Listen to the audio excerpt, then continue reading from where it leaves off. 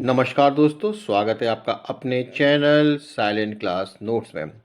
पिछले वीडियो में हमने क्या देखा था? धर्म ग्रंथ से मिलने वाली जानकारियों के बारे में। एंशिएंट हिस्ट्री की जो जानकारी हमको धर्म ग्रंथों से मिल रही थी, वेदों से मिल रही थी। अब हम बात करेंगे अगले टॉपिक कि विदेशी यात्रियों से मिलने वाली प्रमुख जानकारियों में। तो सबसे पहले आते हैं हमारे उस तत्कालीन समय के यूनानी रोमन लेखक। तो सब प्रथम बात करेंगे हम टेसियस के बारे में कि टेसियस कौन था और इससे हमें क्या क्या जानकारियाँ मिलती हैं। तो दोस्तों, टेसियस जो था वो ईरान का राजवैद्य था। कौन था? ईरान का राजवैद्य था। भारत के संबंध में इसका विवरण आश्चर्यजनक कहानियों से परिपूर्ण होने के कारण अविश्वसनीय है। फिर सेकंड है हमारा हेरोडोटस। देखिए, टेसियस का तो कोई फ़ायदा नहीं हुआ क्योंकि ये क्या कर रहा था, मतलब बहुत बड़ी बड़ी कहानियाँ बता रहा था जो कि अविश्वसनीय थी। इस कारण इसका विवरण जो है विश्वसनीय नहीं है। लेकिन ये उस समय ईरान का राजवैद्य था और थोड़ी बहुत जानकारी से हमें मिल जाती है। सेकंड नंबर पे हमारा कौन आता है? हेरोडोटस। इसे इतिहास का पिता कहते हैं। क्या कहते हैं? इतिहास का पिता।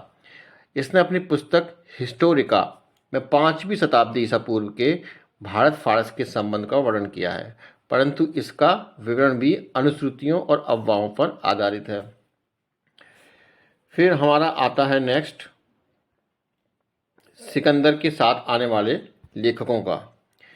सिकंदर के साथ आने वाले लेखकों का, जिसमें कौन कौन होते हैं? आपके नियार्कस, आनेसिक्टस, ऑस्टिबुलस के विवरण अत्यधिक क्या है? प्रमाणिक और विश्वसनीय है। ये सिकंदर के साथ आए थे और इन्होंने कुछ भारत के संदर्भ में कुछ विवरण दिए हैं जो हम क्या कर सकते हैं, इस पर विश्वास थोड़ा बहुत कर सकते हैं।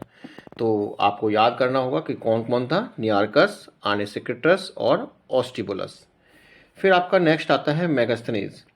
ये सेल्यूकस निकेटर का राजदूत था और सिकंदर के बाद सेल्यूकस निकेटर ने ही अपना जो राजभार संभाला था। तो ये मेगास्थनीज उस समय का है और चंद्रगुप्त मौर्य के राज दरबार में आया था और उसने अपनी बहुत ही महत्वपूर्ण पुस्तिका कौन सी थी इसकी? इंडिका, जिससे हमें मौर्यन समाज और संस्कृति के बारे में जानकारी मिलती है। फिर इसके बाद आता है डाइमेकस का नाम। किसका? डाइमेकस का नाम। ये सीरियन नरेश अंतियोकस का राजदूत था जो बिंदुसार के राज दरबार में आया था और इसका विवरण भी मौर्य युग से संबंधित है। तो देखिए, चंद्रगुप्त के बाद मौर्य समाज पर कौन बैठा था? बिंदुसार। ठीक है, तो उसके समय कौन आया था? डाइमेकस आया था। फिर नेक्स्ट है आपका डायोनिसियस। ठीक है, ये क्या था? ये मिस्र नरेश टॉलमी फिलाडेल्फस का राजदूत था जो अशोक के राज दरबार में आया था। तो देखिए, चंद्रगुप्त के बाद कौन आया? बिंदुसार, और बिंदुसार के बाद कौन आया? अशोक। तो अशोक के समय कौन आया था? डायोनिसियस। और इसके समय ये राजदूत किसका था? मिस्र नरेश टॉलमी फिलाडेल्फस का। ठीक है, फिर हमारा नेक्स्ट आता है टॉलमी। टॉलमी, इसने दूसरी शताब्दी में भारत का भूगोल नामक पुस्तक लिखी थी। तो टॉलमी इस नाम से जाना जाता है। ठीक है दोस्तों, फिर हमारा नेक्स्ट आता है पिलनी। पिलनी, इसने प्रथम शताब्दी में नेचुरल हिस्ट्री नामक पुस्तक लिखी। इसमें भारतीय पशुओं, पेड़ पौधों, खनिज पदार्थों आदि के बारे में विवरण मिलता है इसका। फिर है आपका next Periplus of the Erythraean Sea. इस पुस्तक के लेखक के बारे में जानकारी नहीं है, मतलब इसका लेखक कौन था ये तो हमें जानकारी नहीं है। लेकिन ये लेखक करीब 80 ईस्वी में हिंद महासागर की यात्रा पर आया था। इसने उस समय के भारत के बंदरगाहों तथा व्यापारिक वस्तुओं के बारे में जानकारी दी थी।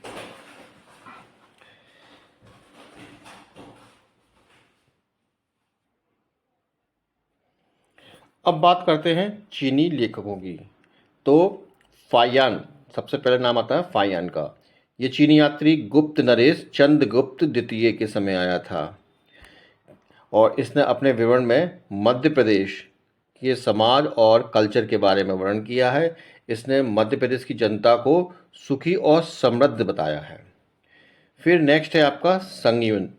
ये 518 ईस्वी में भारत आया था और इसने अपने 3 वर्षों की यात्रा में बौद्ध धर्म की प्राप्तियां एकत्रित की।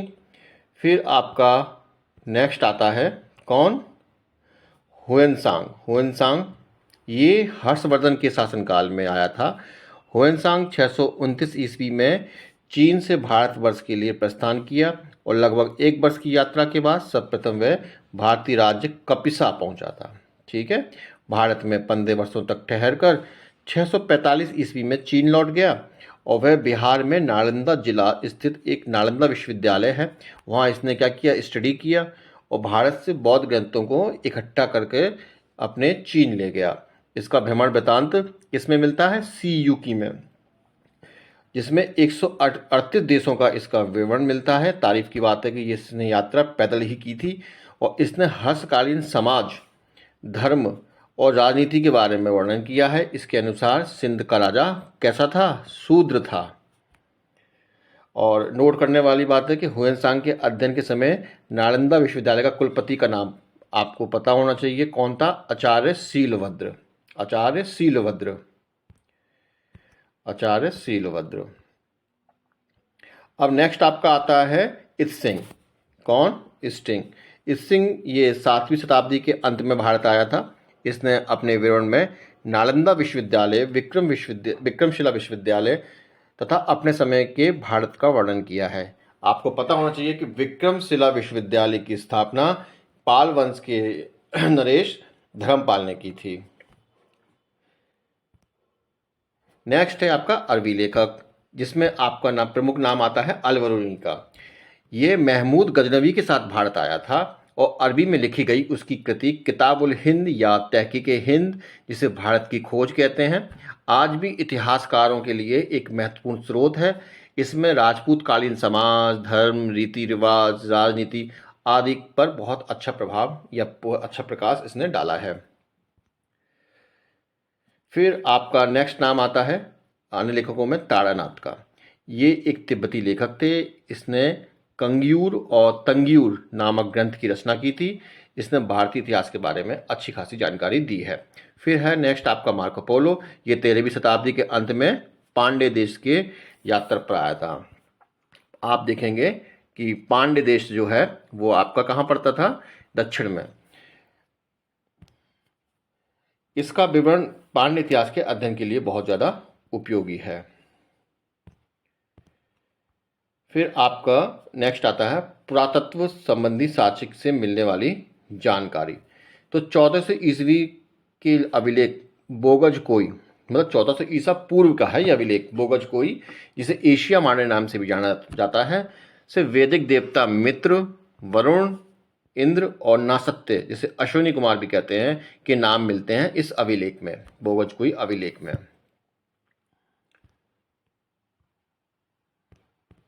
फिर आपका आता है मध्य भारत में भागवत धर्म विकसित होने का प्रमाण हमें जो मिलता है वो यवन राजदूत हेलियोडोरस के बेसनगर गरुण स्तंभ अभिलेख, बेसनगर गरुण स्तंभ लेख से प्राप्त होता है। बेसनगर अर्थात विदिशा। सर्वप्रथम भारतवर्ष का जिक्र हाथी गुम्फा अभिलेख से। भारतवर्ष जो है शब्द हमें मिलता है ना, वो किस में मिलता है, हाथी गुम्फा अभिलेख में।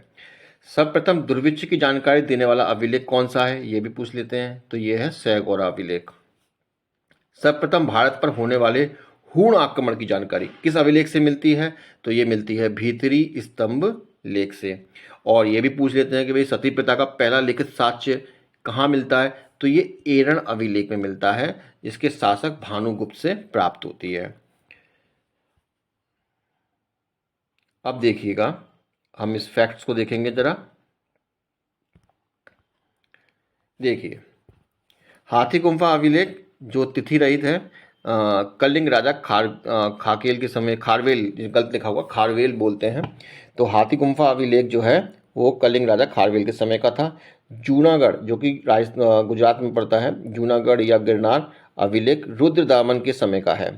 नासिक अभिलेख गौतमी वल्लश्री, जिसको आंध्र सातवाहन कहते हैं, उसके समय का है। और प्रयाग स्तंभ लेख समुद्रगुप्त का है। तो इसको ट्रिक ये है कि प्रयाग स्तंभ लेख किसके शासक का है, तो आप प्रयाग में क्या बहती है, गंगा, और गंगा मिलती किससे है, समुद्र से।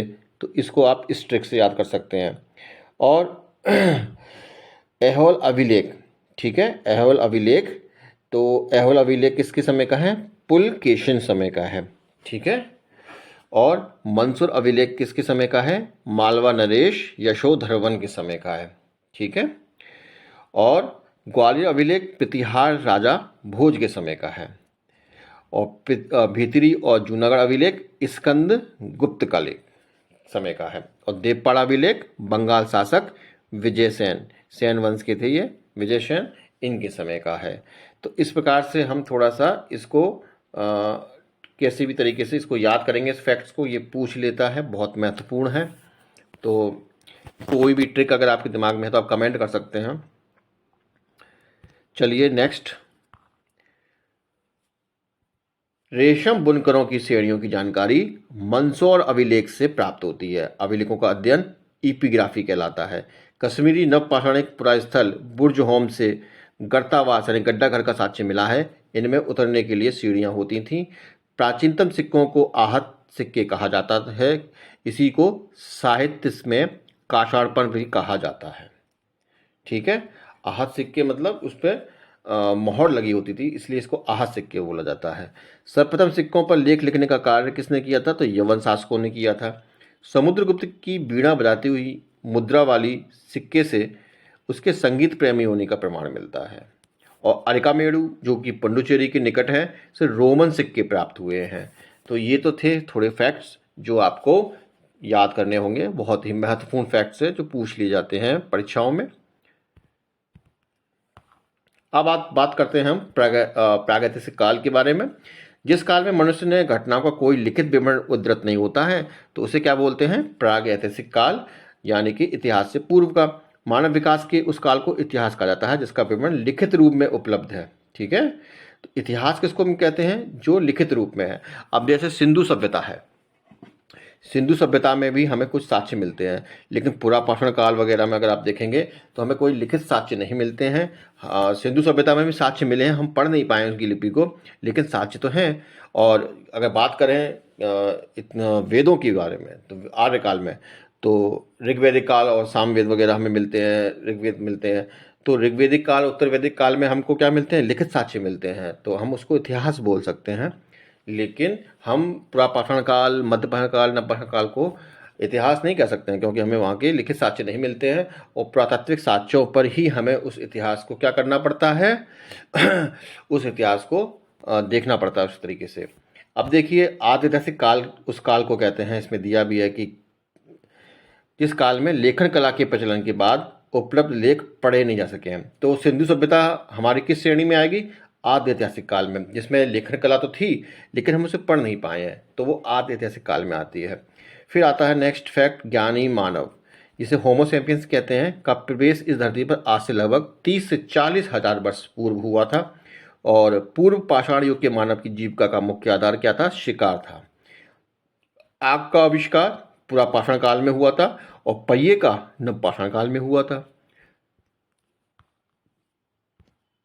और मनुष्य में स्थायी निवास की प्रवृत्ति जो थी वो नवपाषाण काल में हुई थी।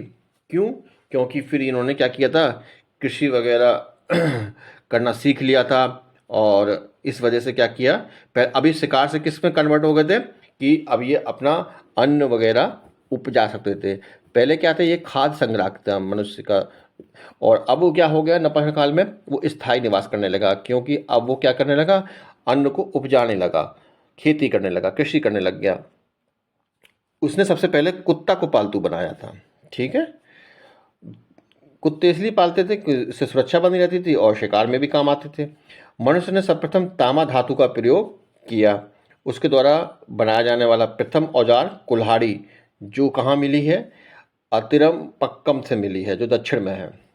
कृषि का आविष्कार नवपाषाण काल में हुआ है। और प्रागैतिहासिक अन्न उत्पादक स्थल जो है वो मेहरगढ़ है, जो कि पश्चिमी बलूचिस्तान में अवस्थित है। अगर आप भारत को देखेंगे और ये देखेंगे, सिंध का जो क्षेत्र है ये बलूचिस्तान है। इसको थोड़ा क्लियर कर देते हैं। ये रहा भारत, और ये जो क्षेत्र है आपका बलूचिस्तान, यहाँ से हमें क्या मिला है? मेहरगढ़। ठीक है। मेहरगढ़ जो है वो यहाँ पर है, ये इसकी अवस्थिति है। कृषि के लिए अपनाई गई सबसे प्राचीन फसल गेहूँ एवं जौ थी। और पल्लावरम नामक स्थान पर प्रथम भारतीय पुरापाषाण कलाकृति की खोज हुई है। कहाँ पर? पलावरम नामक स्थान पर प्रथम भारतीय पुरापाषाण कलाकृति की खोज हुई थी। भारत में पूर्व प्रस्तर युग के अधिकांश औजार किसके बने थे? स्फटिक यानी कि पत्थर के बने थे। भारत का सबसे प्राचीन नगर कौन सा है? मोहनजोदड़ो था, और सिंधी भाषा में इसका अर्थ होता है मृतकों का टीला। ठीक है, अब बात करते हैं सिंधु सभ्यता के बारे में। रेडियो कार्बन C14 जैसी नवीन विश्लेषण पद्धतियों के द्वारा ही हमने सिंधु सभ्यता की एक तिथि निकाली है, जो कि 2350 ईसा पूर्व से 1750 ईसा पूर्व मानी गई है।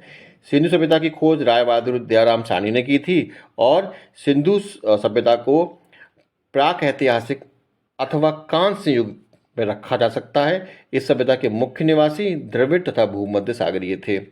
सिंधु सभ्यता के सर्वाधिक प्राचीन पुरास्थल सुतकांगेडोर, जो कि बलूचिस्तान में पड़ता है, और पूर्वी पुरास्थल आलमगीर, जो कि मेरठ जिला के उत्तर प्रदेश में पड़ता है, और उत्तरी पुरास्थल मादा, जो कि जिला अखनूर जम्मू कश्मीर में पड़ता है, और दक्षिणी पुरास्थल दाइमाबाद, जिला अहमदनगर महाराष्ट्र में पड़ता है। नेक्स्ट है कि सिंधु सभ्यता का सैंधव सभ्यता नगरीय सभ्यता थी। ठीक है, सैंधव सभ्यता कैसी थी? नगरीय सभ्यता थी। सैंधव सभ्यता से प्राप्त परिपक्व अवस्था वाले स्थलों में केवल 6 को ही बड़े नगर की संज्ञा दी गई है, जिसमें मोहनजोदड़ो है, आपका हड़प्पा आ जाता है, और गढ़वारीवाला, धौलावीरा, राखीगढ़ी और कालीबंगन। तो देखिए, मोहनजोदड़ो, हड़प्पा वगैरह ये तो पाकिस्तान में पड़ते हैं, लेकिन धौलावीरा गुजरात में पड़ता है, राखीगढ़ कालीबंगन ये राजस्थान में पड़ जाते हैं, हरियाणा पड़ता है राखीगढ़ी। तो इस प्रकार से हमने देखा कि ये प्रमुख नगर थे, जिन्हें 6 नगरों को प्रमुख नगर की संज्ञा दी गई है। नेक्स्ट है हमारा कि स्वतंत्रता प्राप्ति के बाद हड़प्पा संस्कृति के सर्वाधिक स्थल गुजरात में खोजे गए। लोथल और सुतकोतड़ा सिंधु सभ्यता का बंदरगाह था, और जुते हुए खेत और नक्काशीदार ईंटों का प्रयोग के साक्ष्य हमें कालीबंगन से प्राप्त हुए हैं। मोहनजोदड़ो से प्राप्त अन्नागार संभवतः सैंधव सभ्यता की सबसे बड़ी इमारत है। मोहनजोदड़ो से प्राप्त बृहत स्नानागार एक प्रमुख स्मारक है, जिसमें मध्य स्थित स्नान कुंड की लंबाई उन्होंने दे रखी है, जो कि खास नहीं है, लेकिन याद कर सकते हैं कि 11.88 मीटर लंबा और 7.01 मीटर चौड़ा और 2.43 मीटर गहरा था। अग्निकुंड लोथल एवं कालीबंगन से प्राप्त हुए हैं। और मोहनजोदड़ो से प्राप्त एक सील पर 3 मुख वाले देवता जैसे पशुपतिनाथ की मूर्ति मिली है, जिसके चारों ओर हाथी, गैंडा, चीता और भैंसा विराजमान है। मोहनजोदड़ो से नर्तकी की एक कांस्य मूर्ति मिली है। हड़प्पा की मोहरों पर सबसे अधिक एक श्रृंगी पशु का अंकन मिलता है, यानी माना जाता है कि एक सींग वाला पशु उस समय कोई था। देखिए, अभी हम इसे गैंडा से तुलना नहीं कर सकते हैं। ये माना जाता है कि ये पशु जो था उस समय होता होगा और लुप्त हो गया होगा। तो इस प्रकार से ये हड़प्पा की मोहरों पर सबसे अधिक एक संगी पशु का अंकन मिलता है।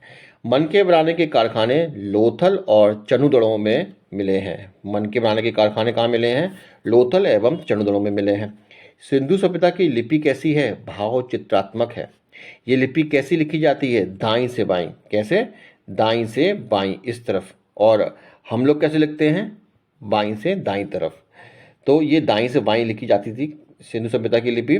और जब अभिलेख एक से अधिक पंक्तियों का होता था तो पहली पंक्ति दाईं से बाईं और दूसरी बाईं से दाईं, यानी कि पहले लिखो कैसे? ऐसे लिखो, पहले ऐसे लिखो, फिर दूसरी लाइन ऐसे लिखो, फिर ऐसे लिखो, फिर ऐसे लिखो। इस तरीके से ये लिखी जाती थी। अब बात करते हैं सिंधु सभ्यता के लोगों ने नगरों तथा घरों के विन्यास के लिए ग्रिड पद्धति अपनाई थी, जो बहुत ही तारीफ लायक है। जो आज के वर्तमान नगरों के लिए क्या है? एक उदाहरण है। घरों के दरवाजे और खिड़कियां सड़क की ओर न खुलकर पिछवाड़े की ओर खुलते थे। केवल लोथल नगर के घरों के दरवाजे मुख्य सड़क की ओर खुलते थे। समझे? और सिंधु सभ्यता का मुख्य फसल क्या थी? गेहूं और जौ। सैंधव वाली मिठास के लिए शहद का प्रयोग करते थे। रंगपुर और लोथल से चावल के दाने मिले हैं, जिनसे धान की खेती होने का प्रमाण मिलता है। चावल का पहला साक्ष्य हमें लोथल से ही प्राप्त हुआ था। सुरकोतड़ा कालीबंगन और लोथल से सैंधव कालीन घोड़े के अस्थि पंजर मिले हैं। तौल की इकाई संभवतः 16 के अनुपात में थी। सैंधव सभ्यता के लोग यातायात के लिए 2 पहियों और 4 पहियों वाली बैलगाड़ी, भैंसा गाड़ी का उपयोग करते थे। अब नेक्स्ट है हमारा कि मेसोपोटामिया के अभिलेखों में वर्णित मेलुआ शब्द का अभिप्राय सिंधु सभ्यता से ही है। संभवतः हड़प्पा संस्कृति का शासन वणिक वर्ग के हाथों में था। पिग्गट कोई इतिहासकार है ने हड़प्पा और मोहनजोदड़ो को एक विस्तृत साम्राज्य की जुड़वा राजधानी कहा है। बहुत बार पूछा गया है कि पिग्गट ने हड़प्पा एवं मोहनजोदड़ो को एक विस्तृत साम्राज्य की जुड़वा राजधानी कहा है। सिंधु सभ्यता के लोग धरती की उर्वरता की देवी मानकर उसकी पूजा किया करते थे और वृक्ष पूजा और शिव पूजा का प्रचलन के साक्ष्य भी सिंधु सभ्यता से हमें मिल जाते हैं। और स्वास्तिक चिन्ह आपने देखा ही होगा, इस प्रकार का होता है और संभवतः हड़प्पा सभ्यता की देन है। इस चिन्ह से सूर्य उपासना का अनुमान लगाया जाता है। सिंधु सभ्यता के नगरों में किसी भी मंदिर के अवशेष नहीं मिले हैं। सिंधु सभ्यता में मातृ देवी की उपासना सर्वाधिक प्रचलित थी। पशुओं में कुबड़ वाला सांड इस सभ्यता के लोगों के लिए विशेष पूजनीय था। स्त्री मृण मूर्तियाँ यानी मिट्टी की मूर्तियाँ अधिक मिलने में ऐसा अनुमान लगाया जाता है कि सैंधव समाज मात्र सत्तात्मक था, यानी कि वहाँ पर स्त्रियों का राज्य था। सैंधववासी सूती और ऊनी वस्त्रों का उपयोग करते थे और मनोरंजन के लिए क्या करते थे, मछली पकड़ना, शिकार करना, पशु पक्षियों को आपस में लड़ाना, चौपड़, पासा खेलना आदि इनके खेल थे। इसके अलावा सिंधु सभ्यता के लोग काले रंग से डिजाइन किए हुए लाल मिट्टी के बर्तन बनाते थे और सिंधु घाटी के लोग तलवार से परिचित नहीं थे। बहुत इंपॉर्टेंट है, कभी कभी फैक्ट्स पूछता है कि परिचित थे, पर ऐसा नहीं है। सिंधु घाटी के लोग तलवार से परिचित नहीं थे। कालीबंगन एक मात्र हड़प्पा कालीन स्थल था और जिसका निचला शहर तो सामान्य लोगों के लिए होता था और जो ऊपरी जो शहर था वो कैसे लोग जो राजशाही लोग होते हैं उनके लिए था। पर्दा प्रथा और वेश्यावृत्ति सैन्य सभ्यता में प्रचलित थी। शवों को जलाने गाड़ने दोनों ही प्रथाएं प्रचलित थीं और हड़प्पा में शवों को दफनाने का, जबकि मोहनजोदड़ो में जलाने का हमें क्या मिलता है, प्रमाण मिलता है। लोथल एवं कालीबंगा में युग्म समाधियां भी हमको मिली हैं, मतलब 2 जोड़ों के साथ लाश को दफनाया गया है। सैंधव सभ्यता के विनाश का संभवतः सबसे प्रभावी कारण बाढ़ माना जाता है। ठीक है दोस्तों, और आग में पकी हुई मिट्टी को टेराकोटा कहा जाता है। सैंधव सभ्यता के प्रमुख स्थल और उनके उत्खननकर्ता और वर्तमान स्थिति इस प्रकार से है कि हड़प्पा रावी नदी के किनारे स्थित है और इसकी उत्खननकर्ता थे दयाराम साहनी और माधव स्वरूप वत्स। 1921 में इसकी खोज हुई थी। पाकिस्तान का मोंटगोमरी जिला है ये, जहाँ पर ये हड़प्पा स्थित है। फिर है आपका मोहनजोदड़ो जो कि सिंधु नदी के पास में है। राखलदास बनर्जी ने 1922 में इसकी खोज की थी। ये भी पाकिस्तान के सिंध प्रांत का लड़कानी जिला में स्थित है। चनुजड़ो जो है वो सिंधु नदी पर है। गोपाल मजूमदार ने इसकी खोज की थी। 1931 में इसकी खोज हुई थी और ये सिंध प्रांत के पाकिस्तान में स्थित है। कालीबंगन घग्गर नदी के किनारे पर है। बीवी लाल और बी के थापर ने इसको 1953 में खोजा था। तो देखें कालीबंगन मतलब होता है काली चूड़ियाँ, तो बीबी लाल, ठीक है, तो एक काली एक लाल यानी रंगों की बात हो रही है, तो हम इसको इंटर रिलेट करके इसको ये भी याद कर सकते हैं कि काली को लाल ने खोजा था। ठीक है, और ये राजस्थान के हनुमानगढ़ जिला में स्थित है। फिर आपका आता है कोटदीजी कहाँ पर स्थित है, ये सिंधु नदी के किनारे स्थित है और फजल अहमद ने इसकी खोज की थी 1953 में और सिंध प्रांत का खैरपुर स्थान है, वहाँ पर ये स्थित है। रंगपुर जो है आपका मादर नदी पर है और रंगनाथ राव ने इसकी खोज की थी। तो रंगपुर और रंगनाथ राव बड़ा इजी है इसको याद कर पाना। 1953 में इन्होंने भी खोजा था और गुजरात का काठियावाड़ जिला में ये स्थित है।